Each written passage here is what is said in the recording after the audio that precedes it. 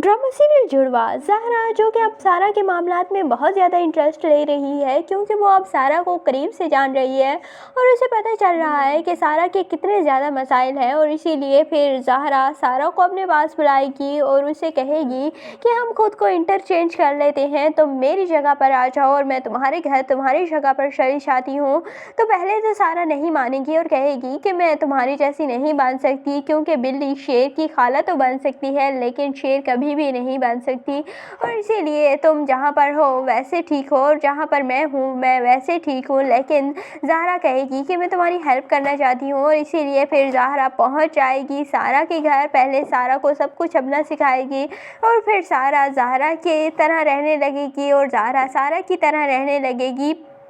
और फिर जैसे ही सारा ज़हरा की जगह जाएगी तो फिर इनके लवर भी इंटरचेंज हो जाएंगे और मुझे ऐसे लगता है कि ज़हरा को फिर मोहब्बत हो जाएगी अदील से, और अदील भी कोई ऐसी ही लड़की ढूंढ रहा है जो कि अपने मसाइल को मसाइल ही ना समझे और उसके पास अपने सारे मसलों का हल हो जो कि ज़हरा के पास होता है। और सारा जो कि बहुत डरी सहमी सी रहती है और उसके लिए वो लड़का जो कि ज़हरा के साथ रहता है वो बहुत सूटेबल हो जाएगा। दूसरी जानिब ज़हरा जैसे ही इस घर में आएगी वो सबको नाको चने चुबा देगी और सबको मुंह तोड़ जवाब देगी और अपने बाप की फिर हिस्ट्री भी ढूंढने की कोशिश करेगी इसी घर से, क्योंकि उसे अंदाज़ा हो चुका है कि उसका कोई ना कोई इंटरलिंक इस घर से ज़रूर है, क्योंकि उसका बाप का नाम भी सेम है और फिर उसी की सेम शक्ल की लड़की उसी घर में रहती है और उसका बाप भी वही है, तो कोई ना कोई चक्कर तो ज़रूर है। और इसीलिए फिर वो उसी घर में रहकर अपने बाप की सारी मालूमात लेगी तो उसे पता चलेगा कि उसका बाप माजी में